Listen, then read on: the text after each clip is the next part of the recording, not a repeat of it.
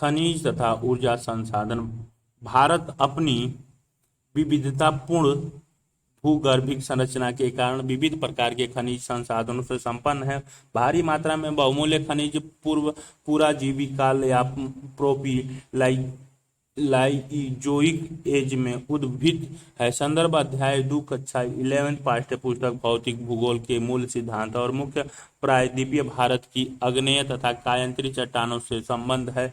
उत्तर भारत के विशाल जलोढ़ मैदानी भूभाग आर्थिक उपयोग के खनिज से विहीन है। किसी भी देश के खनिज संसाधन औद्योगिक विकास के लिए आवश्यक आधार प्रदान करते हैं। इस अध्याय में हम देश में विभिन्न प्रकार के खनिजों और ऊर्जा के संसाधनों की उपलब्धता के बारे में चर्चा करेंगे।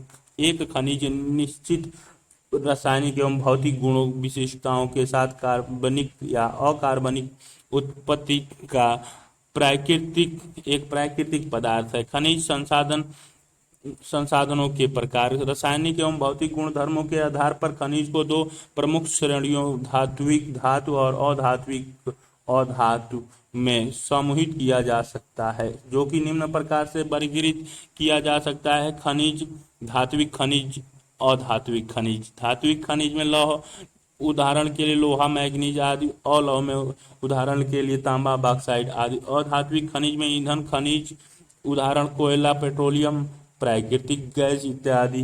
अन्य अधात्विक खनिज उदाहरण के लिए माइका, चूना, प्रस्तर, ग्रेफाइट इत्यादि। खनिजों का वर्गीकरण। जैसा कि उपर्युक्त आरेख से स्पष्ट है कि धातु के स्रोत धात्विक खनिज हैं। लौह, अयस्क, तांबा तथा सोना, स्वर्ण, तांबा तथा सोना ये चित्र में प्रदर्शित है। सोना आदि से धातु उपलब्ध होते हैं और इन्हें धात्विक खनिज श्रेणी में रखा गया है। धात्विक खनिजों को लौह एवं अलौह धात्विक श्रेणियों में भी बांटा गया है। लौह जैसे कि आप जानते हैं लोहा है, वे सभी प्रकार के खनिज जिनमें लोहे अंश समाहित होते हैं, जैसे कि लोहा, ऐसे वह लौह धात्विक होते हैं जिन्हें लौह अंश नहीं होता। वे अलौह धात्विक खनिज में आते हैं, जैसे कि तांबा, बॉक्साइट आदि। अधात्विक खनिज या तो कार्बनिक उत्पत्ति से होते हैं, जैसा कि जीवाश्म ईंधन, जिन्हें खनिज ईंधन के नाम से जानते हैं, या वे पृथ्वी के दबे प्राणियों एवं पादप जीवों से प्राप्त होते हैं, जैसे कि कोयला और पेट्रोलियम आदि। अन्य प्रकार के अधात्विक खनिज अकार्बनिक उत्पत्ति के होते हैं, जैसे अभ्रक, चूना पत्थर तथा ग्रेफाइट आदि। खनिजों की कुछ निश्चित विशेषताएं होती हैं। यह क्षेत्र में असमान रूप से वितरित होते हैं। खनिजों की गुणवत्ता और मात्रा के बीच प्रतिलोमी संबंध पाया जाता है, अर्थात अधिक गुणवत्ता वाले खनिज कम गुणवत्ता वाले खनिजों की तुलना में कम मात्रा में पाए जाते हैं। तीसरी प्रमुख विशेषता यह है कि ये सभी खनिज समय के साथ समाप्त हो जाते हैं। भूगर्भिक दृष्टि से इन्हें बनाने में लंबा समय लगता है और आवश्यकता के समय इनकी तुरंत पुनर्भरण नहीं किया जा सकता, अतः इन्हें संरक्षित किया जाना चाहिए और इनकी दुरुपयोग नहीं होना चाहिए, क्योंकि इन्हें दोबारा उत्पन्न नहीं किया जा सकता। भारत में खनिजों का वितरण। भारत में अधिकांश धात्विक खनिज प्रायद्वीपीय पठारीय क्षेत्र की प्राचीन क्रिस्टलीय शैलों में पाए जाते हैं। कोयले का लगभग 97% भाग दामोदर, सोन, महानदी और गोदावरी नदियों की घाटियों में पाया जाता है। पेट्रोलियम के आरक्षित भंडार असम, गुजरात तथा मुंबई हाई अर्थात अरब सागर के अपतटीय क्षेत्र में पाए जाते हैं। नए आरक्षित क्षेत्र कृष्णा, गोदावरी तथा कावेरी बेसिनों में पाए गए हैं। अधिकांश प्रमुख खनिज मंगलोर से कानपुर को जोड़ने वाली कल्पित रेखा के पूर्व में पाए जाते हैं। भारत की प्रमुख खनिज पट्टियां। भारत में खनिज मुख्यतः 3 विस्तृत पट्टियों में संदर्भित है। कुछ कदाचिनिक भंडारण या तंत्र एकाएकी खंडों में भी पाए जाते हैं। ये पट्टियां उत्तर पूर्वीय पठारीय प्रदेश। इस पट्टी के अंतर्गत छोटा नागपुर, झारखंड, ओडिशा के पठार, पश्चिम बंगाल तथा छत्तीसगढ़ के कुछ भाग आते हैं। क्या आपने कभी सोचा है कि प्रमुख लौह एवं इस्पात उद्योग इस क्षेत्र में क्यों अवस्थित हैं? यहाँ पर विभिन्न प्रकार के खनिज उपलब्ध हैं, जैसे कि लौह, अयस्क, कोयला, मैग्नीज, बॉक्साइट व अभ्रक आदि। उन विशिष्ट प्रदेशों का पता करें जहाँ इन खनिजों का दोहन हो रहा है। दक्षिण पश्चिमी पठार प्रदेश, यह पट्टी कर्नाटक, गोवा तथा संस्पर्शी तमिलनाडु उच्च भूमि और केरल पर विस्तृत है। यह पट्टी लौह धातुओं तथा बॉक्साइट में समृद्ध है। इसमें उच्च कोटि का लौह अयस्क, मैग्नीज तथा चूना पत्थर भी पाया जाता है। न्यूवेली लिग्नाइट को छोड़कर इस क्षेत्र में कोयला निक्षेपों का अभाव है। इस पट्टी के खनिज निक्षेप उत्तर पूर्वी पट्टी की भांति विविधतापूर्ण नहीं है। केरल में मोनाजाइट और तथा थोरियम और बॉक्साइट क्ले के निक्षेप हैं। गोवा में लौह अयस्क निक्षेप पाए जाते हैं। उत्तर पश्चिमी प्रदेश यह पट्टी राजस्थान में अरावली और गुजरात के कुछ भाग पर विस्तृत है और यहाँ के खनिज धारवाड़ क्रम की शैलों से संबंध है। तांबा, जिंक आदि प्रमुख खनिज हैं। राजस्थान बलुआ पत्थर, ग्रेनाइट, संगमरमर, जिप्सम जैसे भवन निर्माण के पत्थरों में समृद्ध है और यहाँ मुल्तानी मिट्टी के भी विस्तृत निक्षेप पाए जाते हैं। डोलोमाइट तथा चूना पत्थर सीमेंट उद्योग के लिए कच्चा माल उपलब्ध कराते हैं। गुजरात अपने पेट्रोलियम निक्षेपों के लिए जाना जाता है। आप जानते हैं कि गुजरात और राजस्थान दोनों में नमक के समृद्ध स्रोत हैं। महात्मा गांधी द्वारा कब और क्यों दांडी मार्च आयोजित किया गया था? हिमालय पट्टी एक अन्य खनिज पट्टी है जहां तांबा, सीसा, जस्ता, कोबाल्ट तथा रंग रत्न पाया जाता है। ये पूर्वी और पश्चिमी दोनों भागों में पाए जाते हैं। असम घाटी के खनिज तेलों के निक्षेप हैं। इसके अतिरिक्त खनिज तेल संसाधन मुंबई के निकट अपतटीय क्षेत्र मुंबई हाई में भी पाए जाते हैं।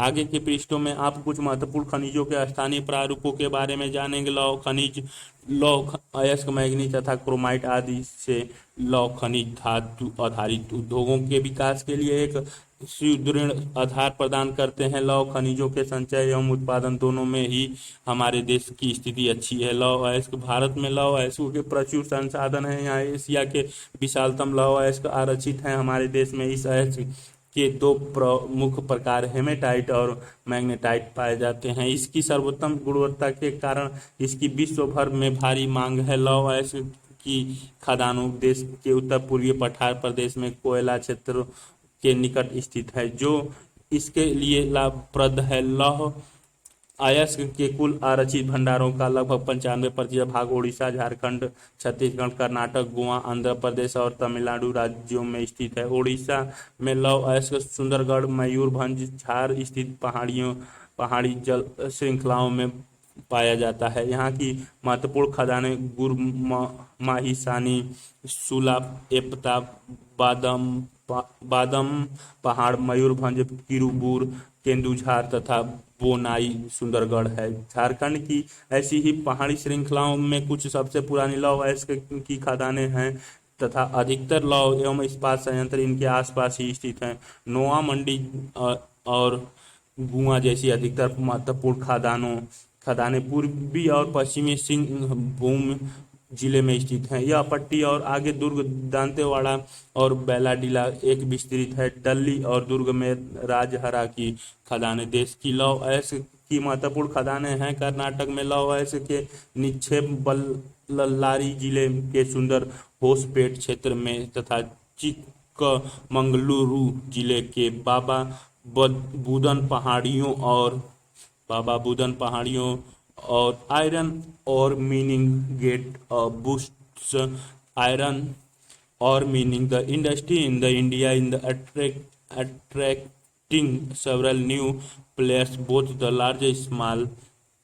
ये पेपर का कट पीस निकाला गया है। क्या आप इसके कारण पता लगा सकते हैं? केंद्र मुख तथा शिवा मेगा चित्रदुर्ग और तुमकुरु जिले के कुछ हिस्सों में पाए जाते हैं। महाराष्ट्र के चंद्रपुर, भंडार और रत्नागिरी जिले, तेलंगाना के करीमनगर, वारंगल जिले, आंध्र प्रदेश और कुरुनूल, कडप्पा तथा अनंतपुर जिले के तमिलनाडु राज्य के सेलम तथा नीलगिरी जिले लौह अयस्क खनन के अन्य प्रदेश हैं। गोवा भी लौह अयस्क के महत्वपूर्ण उत्पादन के रूप में उभरा है। मैग्नीज लौह अयस्क के प्रगलन के लिए मैग्नीज एक महत्वपूर्ण कच्चा माल है और इसका उपयोग लौह मिश्रित भी निर्माण में भी किया जाता है। मैग्नीज निक्षेप लगभग सभी भूग्राफिक संरचनाओं में पाया जाता है। हालांकि मुख्य रूप से यह धारवाड़ क्रम से संबंध भारत धात्विक खनिज लौह धातु के लिए प्रदर्शित किया गया है। चित्र में ये बालघाट, नागपुर, भंडारा, चंदपुरा, बोलाडीला, दुर्ग, सुंदरगढ़, गुआ, मयूरभंज, केंदुझर और पारादीप, विशाखापट्टनम, इधर रत्नागिरी, गोआम, मारमावा, गाओ, चित्रदुर्ग, बल्लारी, शिवमोगा, केंद्रमुख, मंगलुरु, चिकमंगलुरु, तुमकुरू। ये रेखारी वाले लौह अयस्क के लिए, त्रिभुज वाले लौह अयस्क खानों के लिए, स्टार वाले लौह अयस्क नियातक पत्तन के लिए और प्लस वाले मैग्नीज के लिए दिखाए गए चित्र में है। जो मैग्नीज के लिए ये सुंदरगढ़ की तरह चित्र बनाए गए भारत धात्विक खनिज लौह अयस्क का ये दृश्य ओडिशा मैग्नीज का अग्रणी उत्पाद है। ओडिशा की मुख्य खदानें भारत की लौह अयस्क पट्टी के मध्य भाग में विशेष रूप से बोनाई, केंदुझर, सुंदरगढ़, गंगपुर, कोरापुट, कालाहाड़ी और बोलनगिरी स्थित है। कर्नाटक एक अन्य प्रमुख उत्पाद है तथा यहाँ की खदानें धारवाड़, बल्लारी, बेलगावी, उत्तरी कनारा, चिकमंगलुरु, शिवमोगा, चित्रदुर्ग तथा तुमकुरू में स्थित है। महाराष्ट्र भी मैग्नीज का एक महत्वपूर्ण उत्पादक है। यहाँ मैग्नीज का खनन नागपुर, भंडार तथा रत्नागिरी जिले में होता है। इन खदानों का अलाभ ये है कि ये इस्पात संयंत्र से दूर स्थित है। मध्य प्रदेश मैग्नीज की पट्टी बालाघाट, छिंदवाड़ा, निमाड़ा, मंडला और झाबुआ जिले तक विस्तृत है। तेलंगाना, गोवा और तथा झारखंड मैग्नीज के अन्य गौण उत्पादक हैं। अलौह खनिज बॉक्साइट को छोड़कर अन्य सभी लौह खनिज के संबंध में भारत एक स्थिति निम्न है। बॉक्साइट एक अयस्क है जिसका प्रयोग एल्युमिनियम के विनिर्माण में किया जाता है। बॉक्साइट मुख्यतः टर्सरियरी निक्षेपों में पाया जाता है और लेटराइट चट्टानों से संबंध है। यह विस्तृत रूप से प्रायद्वीपीय भारत के पठारी क्षेत्रों अथवा पर्वत श्रेणियों के साथ साथ देश के तटीय भागों में भी पाया जाता है। ओडिशा बॉक्साइट का सबसे बड़ा उत्पादक है। कालाहाड़ी और संभलपुर अग्रणी उत्पादक हैं।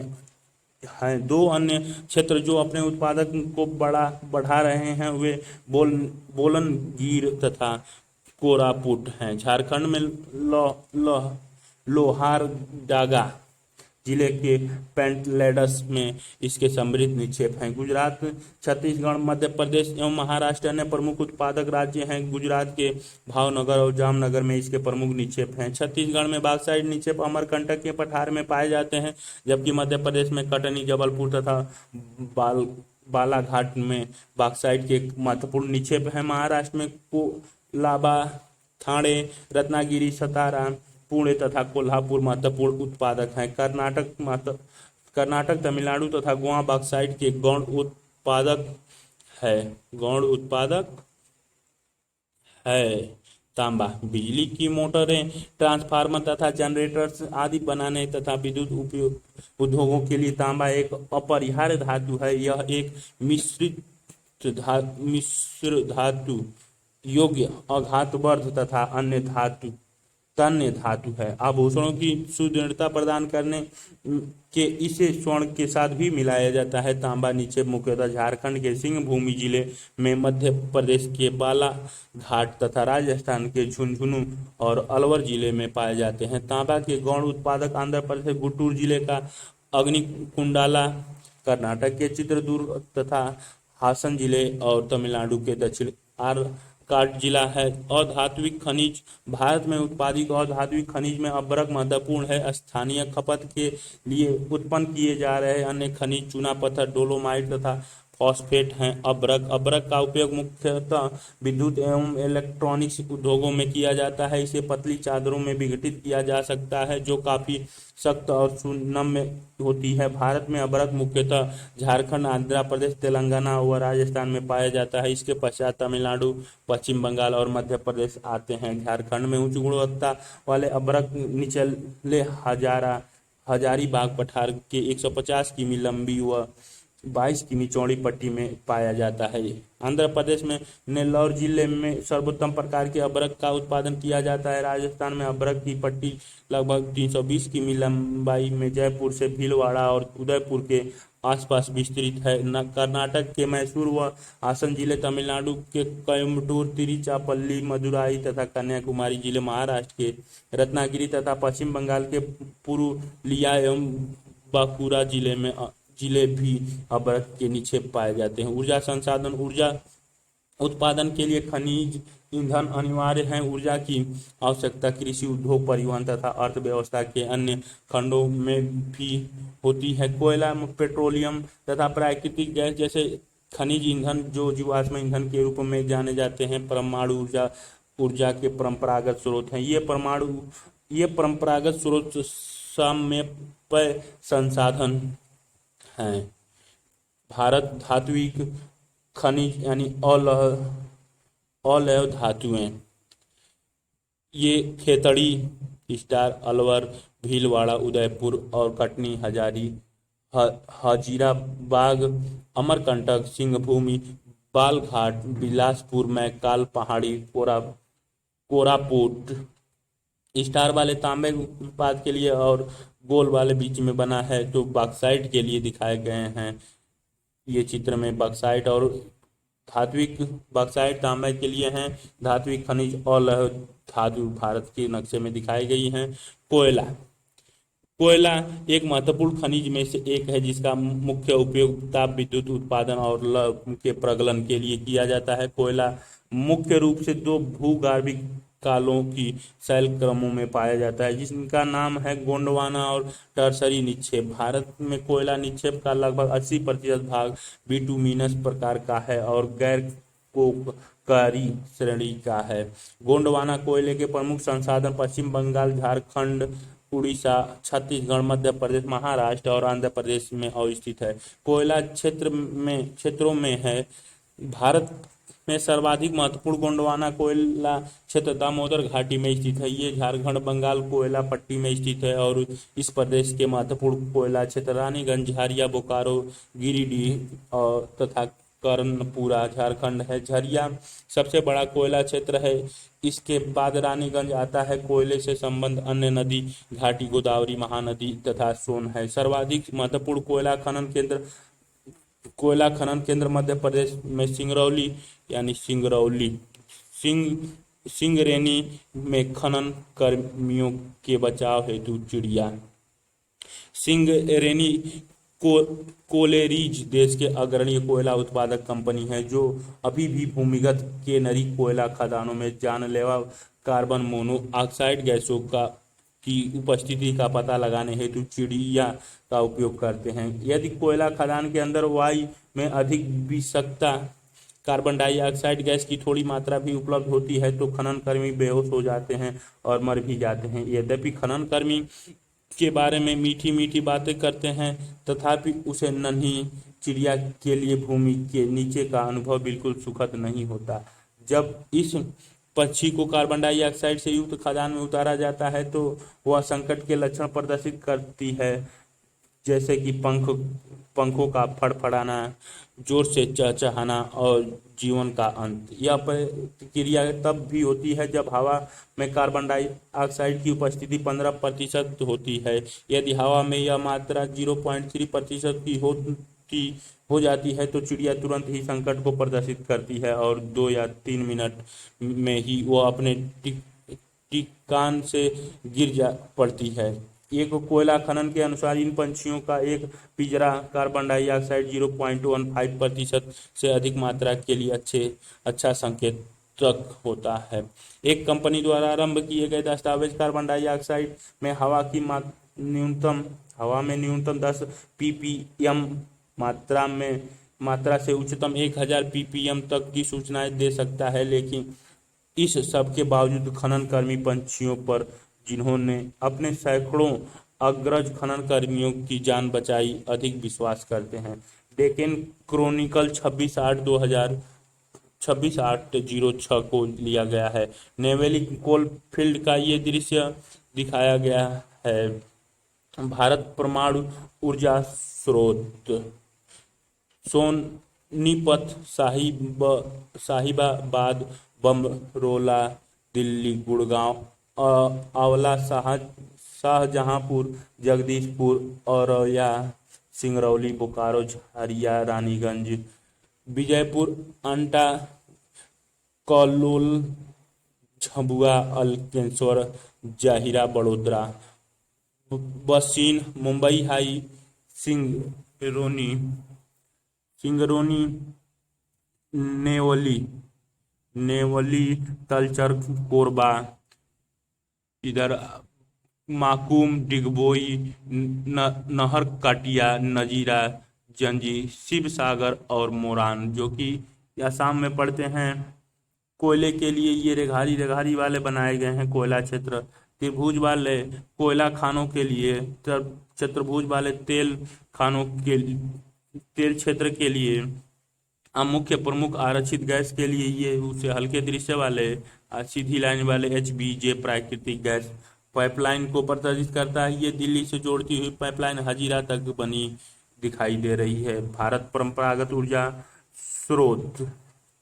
कोयला क्षेत्र का कुछ भाग उत्तर प्रदेश में भी आता है, छत्तीसगढ़ में कोरबा, उड़ीसा में तलचर और रामपुर, महाराष्ट्र में चंदा, वर्धा, कमपंटी और बांदेर, तेलंगाना में सिंगरेनी व आंध्र प्रदेश में पांडुर है। टर्सरी कोयला असम, अरुणाचल प्रदेश, मेघालय तथा नागालैंड में पाया जाता है तथा दारानगिरी, चेरापूंजी, मोवेलांग तथा रेंगनिंग मेघालय, माकुज, जयपुर तथा ऊपरी असम में नजीरा, नामचिक, नमफुक अरुणाचल प्रदेश तथा कालाकोट जम्मू कश्मीर में निष्कासित किया जाता है। इसके अतिरिक्त भूरा कोयला या लिग्नाइट तमिलनाडु के तटीय भाग, पांडिचेरी, गुजरात और जम्मू एंड कश्मीर में भी पाया जाता है। पेट्रोलियम। कच्चा पेट्रोलियम द्रव और गैसीय अवस्था में हाइड्रोकार्बन से युक्त होता है तथा इसकी रासायनिक संरचना, रंगों और विशिष्ट घनत्व में भिन्नता पाई जाती है। यह मोटर वाहन, रेल, लवे तथा वायुयान के अंतर दहन ईंधन के लिए ऊर्जा का एक अनिवार्य स्रोत है। इसके अनेक सतह उत्पादन, पेट्रोल रसायन उद्योग जैसे कि उर्वरक, कृत्रिम रबर, कृत्रिम रेशे, दवाइयाँ, वैसलीन, स्नेहकों, मोम, साबुन तथा अन्य सौंदर्य सामग्री में प्रक्रमित किए जाते हैं। ये रामनाथपुरम तमिलनाडु में विशाल गैस भंडार संकेत। समाचार द हिंदू 5/9/6 की रिपोर्ट के अनुसार रामनाथपुरम जिले में तेल एवं प्राकृतिक गैस आयोग ने प्राकृतिक गैस भंडारों के संभावित क्षेत्र पाए हैं। यह सर्वेक्षण अभी प्रारंभिक अवस्था में है। गैस की सही मात्रा का पता सर्वेक्षण पूरा होने के बाद ही चल पाएगा, लेकिन अभी तक के परिणाम उत्साहवर्धक हैं। क्या आप जानते हैं, अपनी दुर्बलता और विविध उपयोगों के लिए पेट्रोलियम को तरल सोना कहा जाता है। अपरिष्कृत पेट्रोलियम टर्सरी युग की अवसादी शैलों में पाया जाता है। व्यवस्थित ढंग से तेल अन्वेषण और उत्पादन 1956 में तेल एवं प्राकृतिक गैस आयोग की स्थापना के बाद प्रारंभ हुआ। तब तक असम में डिगबोई एकमात्र तेल उत्पादक क्षेत्र था, लेकिन 1956 के बाद परिदृश्य बदल गया। हाल ही के वर्षों में देश के दूरतम पश्चिमी एवं पूर्वी तटों पर नए तेल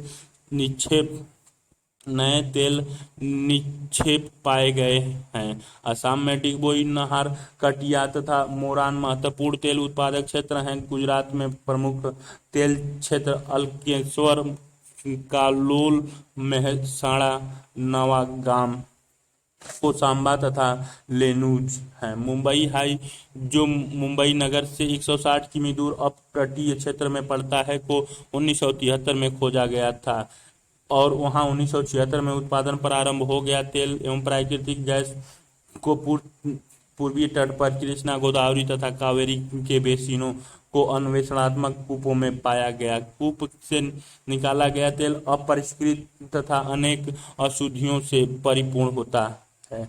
इसे सीधे प्रयोग में नहीं लाया जा सकता, इसे शोधित किए जाने की आवश्यकता होती है। भारत में दो प्रकार के तेल शोधक कारखाना है, क क्षेत्र आधारित, ख बाजार आधारित। डिगबोई तेल शोधक कारखाना क्षेत्र आधारित तथा बरौनी बाजार आधारित तेल शोधक कारखाना के उदाहरण हैं। प्राकृतिक gas gas authority of India limited GAIL GAIL की स्थापना 1984 में सार्वजनिक क्षेत्र के उद्यम के रूप में प्राकृतिक गैस के परिवहन एवं विपणन के लिए की गई थी। गैस को सभी तेल क्षेत्रों में तेल के साथ प्राप्त किया जाता है, किंतु इसके प्र प्रनिष्ठ प्रकनिष्ठ भंडारण एक्सक्लूसिव रिजर्व साथ तमिलनाडु के पूर्वी तट, ओडिशा, आंध्र प्रदेश, त्रिपुरा, राजस्थान तथा गुजरात एवं महाराष्ट्र के अपतटीय कुओं में पाए गए हैं। अपरंपरागत ऊर्जा स्रोत कोयला, पेट्रोलियम, प्राकृतिक गैस तथा नाभिकीय ऊर्जा जैसे जीवाश्म ईंधन के स्रोत समाप्य कच्चे माल का प्रयोग करते हैं। सतत पोषणीय ऊर्जा के स्रोत के ही नवीनीकरण योग्य स्रोत हैं और सौर, पवन, जल, भू तापीय ऊर्जा और जैव भार बायोमास यह ऊर्जा स्रोत अधिक समान रूप से वितरित तथा पर्यावरण अनुकूल हैं। अपरंपरागत स्रोत अधिक आरंभिक मानचित्र तेल शोधक कारखाना जो बठिंडा, पानीपत, मथुरा, बरौनी, डिगबोई, गुवाहाटी, बगीगांव, बोंगईगांव, हल्दिया, बीना, मथुरा, जामनगर, वडीनर, कोयली, मुंबई, विशाखापट्टनम, तातीपका, पारादीप, चेन्नई, नागापट्टिनम, बेंगलुरु, नागापट्टिनम के बाद कोच्चि। तेल शोधक कारखाने जो बिंदी वाले दिखाए गए हैं सारे तेल शोधक कारखाने हैं। तेल शोधक कारखाना भारत में जियोग्राफिक क्रिएटिंग हिस्ट्री अपारंपरिक स्रोत से 2000 मेगावाट बिजली पैदा होगी। Powerful idea floating window mills विश्व के विकसित देशों गैर परंपरागत ऊर्जा संसाधन का उपयोग कैसे करते हैं, परिचर्चा कीजिए।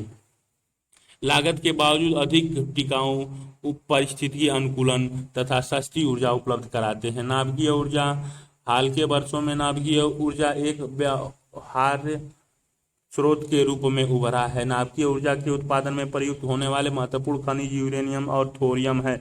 यूरेनियम निक्षेप धारावाड़ शैलों में पाए जाते हैं। भौगोलिक रूप से यूरेनियम अयस्क सिंह भूमि तांबा पट्टी के साथ अनेक स्थानों पर मिलते हैं। यह राजस्थान के उदयपुर, अलवर, झुंझुनू जिले, मध्य प्रदेश के दुर्ग जिले, महाराष्ट्र के भंडारा जिले और हिमाचल प्रदेश के कुल्लू जिले में भी पाया जाता है। थोरियम मुख्य केरल के तटीय क्षेत्र की पुलिन बीच की बालू में मोनाजाइट एवं इल्मेनाइट से प्राप्त किया जाता है। विश्व के सबसे प्रसिद्ध मोनाजाइट निक्षेप केरल में पालाक्काड़ तथा कोल्लाम जिले, आंध्र प्रदेश के विशाखापट्टनम तथा उड़ीसा में महानदी के नदी डेल्टा में पाए जाते हैं। परमाणु ऊर्जा आयोग की स्थापना 1948 में की गई थी और इस दिशा में प्रगति 1954 में ट्रामे परमाणु ऊर्जा संस्थान की स्थापना के बाद हुई, जिसके बाद 1967 में भाभा परमाणु अनुसंधान केंद्र के रूप में पुनः नामित किया गया। महत्वपूर्ण नाभिकीय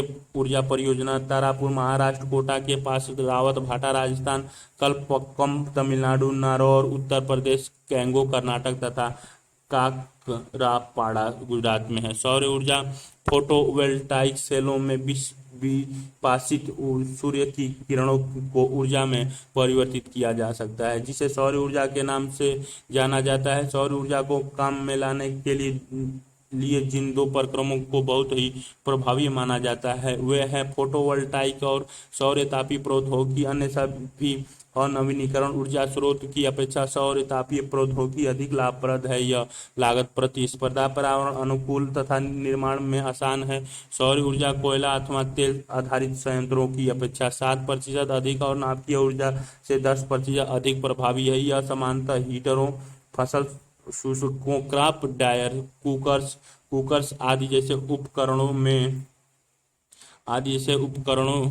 में अधिक प्रयोग की जाती है। भारत के पश्चिमी भागों में गुजरात व राजस्थान में सौर ऊर्जा के विकास की अधिक संभावनाएं हैं। पवन ऊर्जा पूर्ण रूपेण प्रदूषण मुक्त और ऊर्जा का असमाप्य स्रोत है। प्रवाहित पवन से ऊर्जा को परिवर्तित करने की अभियांत्रिक बिल्कुल सरल है। पवन की गतिज ऊर्जा को टरबाइन के माध्यम से विद्युत ऊर्जा में बदला जाता है। सममार्गीय पवनों व पछुआ पवनों जैसे स्थानीय पवन प्रणाली और मनुष्य पवनों को ऊर्जा के स्रोत के रूप में प्रयोग किया गया है। इनके अलावा स्थानीय पवनों, स्थलीय और जलीय पवनों को भी विद्युत पैदा करने के लिए प्रयोग किया जा सकता है। भारत ने पहले ही पवन ऊर्जा का उत्पादन आरंभ कर दिया है। पवन ऊर्जा के लिए राजस्थान, गुजरात, महाराष्ट्र तथा कर्नाटक में अनुकूल परिस्थितियां विद्यमान है। ज्वारीय तथा तरंग ऊर्जा, महासागरीय धाराएं ऊर्जा की अपरिमित भंडारगृह हैं। 17वीं-18वीं शताब्दी के प्रारंभ से ही अविरल ज्वारीय तरंगों और महासागरीय धाराओं से अधिक ऊर्जा तंत्र बनाने की निरंतर प्रयास जारी है। भारत के पश्चिम तट पर वृहत ज्वारीय तरंगें उत्पन्न होती हैं। यद्यपि भारत के पास तटों के साथ ज्वारीय ऊर्जा विकसित करने की व्यापक संभावनाएं हैं, परंतु अभी तक इनका उपयोग नहीं किया गया है। भूतापीय ऊर्जा, जब पृथ्वी के गर्भ में मैग्मा निकलता है तो अत्यधिक ऊष्मा निर्मुक्त होती है। इस ताप ऊर्जा को सफलतापूर्वक काम में लाया जा सकता है और इसे विद्युत ऊर्जा में परिवर्तित किया जा सकता है। इसके अलावा गीजर कूपों से निकलते गर्म पानी से ताप ऊर्जा पैदा की जा सकती है। इसे लोकप्रिय रूप से भूतापीय ऊर्जा के नाम से जानते हैं। इस ऊर्जा को अब तक एक प्रमुख ऊर्जा स्रोत के रूप में माना जा रहा है, जिसे एक वैकल्पिक स्रोत के रूप में विकसित किया जा सकता है। मध्यकाल से ही गर्म स्रोतों, झरने एवं गीजर का प्रयोग होता आ रहा है। भारत में भूतापीय ऊर्जा संयंत्र हिमाचल प्रदेश के मानीकरण में अधिकृत किया जा चुका है। भूमिगत ताप के उपयोग का पहला प्रयास 1890 में बोयेज शहर इडाहो, यूएसए में हुआ था, जहां आसपास के भवनों को ताप देने के लिए गर्म जल के पाइपों का जल तंत्र नेटवर्क बनाया गया था। यह संयंत्र अभी भी काम कर रहा है।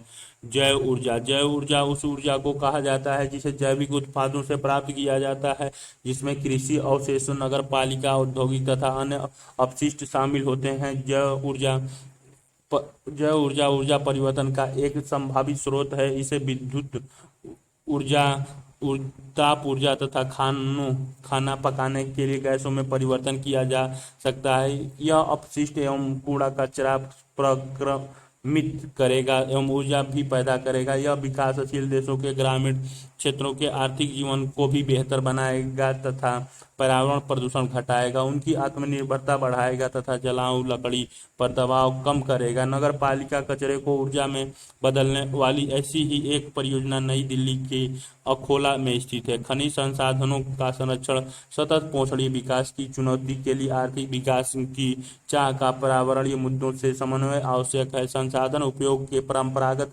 तरीकों के परिणाम स्वरूप बड़ी मात्रा में अपशिष्ट के साथ साथ अन्य पर्यावरणीय समस्याएं भी पैदा होती हैं। ये तो वे सतत पहुंचड़ीय विकास भावी पीढ़ियों के लिए संसाधनों के संरक्षण का आह्वान करता है। संसाधनों का संरक्षण अत्यंत आवश्यक है। इसके लिए ऊर्जा के वैकल्पिक स्रोत जैसे सौर ऊर्जा, पवन तरंग, भूतापीय आदि ऊर्जा के आसपास स्रोत हैं। धात्विक खनिज के मामले में छाजन धातुओं का उपयोग धातुओं का पुनर्चक्रण संभव करेगा। तांबा, सीसा और जस्ते जैसी धातुओं में, जिनमें भारत के भंडार अपर्याप्त हैं, छाजन स्क्रैप का प्रयोग विशेष रूप से सार्थक है। अत्यल्प धातुओं के लिए प्रतिस्थापनों का उपयोग भी उनकी खपत को घटा सकता है। सामरिक और अत्यल्प खनिजों के निर्यात को भी घटना चाहिए ताकि वर्तमान आरक्षित भंडारों का लंबे समय तक प्रयोग किया जा सके।